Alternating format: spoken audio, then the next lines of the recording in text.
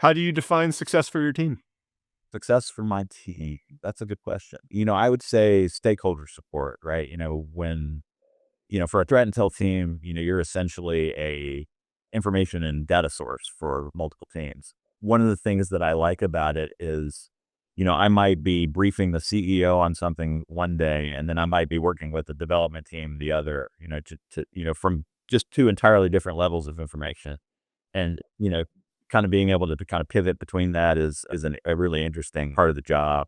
Again, it's something that I think people have to understand about doing threat intelligence work, that's another sort of key part is being able to quickly, one, pivot on a particular subject matter that you need to learn about, but two, pivot the way you communicate depending on the audience. And again, I keep going back to the AI thing because, like I said, I've been really deep in that recently, and it's a very similar approach. Like, what level of information do I need to get here? What level of query or questioning do I need to do? What's the audience that I'm going to use this data for? It's all sort of related, but like, yeah, understanding your audience and then being able to pivot sort of technically between the more technical and the less technical from a subject matter standpoint.